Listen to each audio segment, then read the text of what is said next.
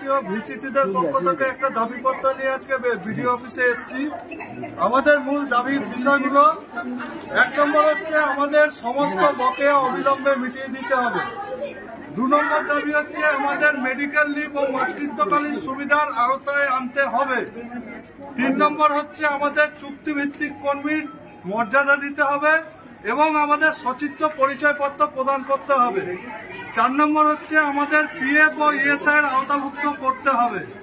5 নম্বর হচ্ছে আমাদের প্রতি সপ্তাহে 1 দিন করে ছুটি লাগবে এবং সমস্ত রকমের সরকারি যেসব ছুটি আছে আমাদের সবেতন ছুটি মঞ্জুর করতে হবে। 6 নম্বর হচ্ছে আমাদের অবসরকালীন যে ভাতার ব্যবস্থা সেইটা আমাদের ব্যবস্থা করতে হবে।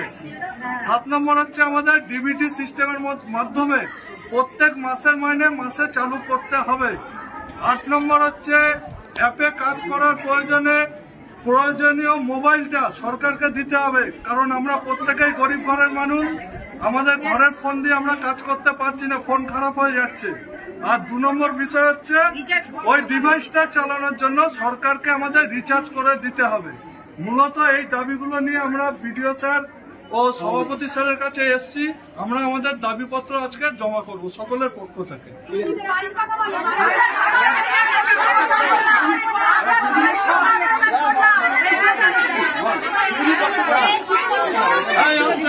বিষয়টা আজকে আমাদের আরেকটা বিষয় ও বাদ দিচ্ছে, যে মাতৃত্বকালীন ছুটিটা আমাদের অনেকে আছে যারা মাতৃত্বকালীন ছুটি থেকে বঞ্চিত হয়।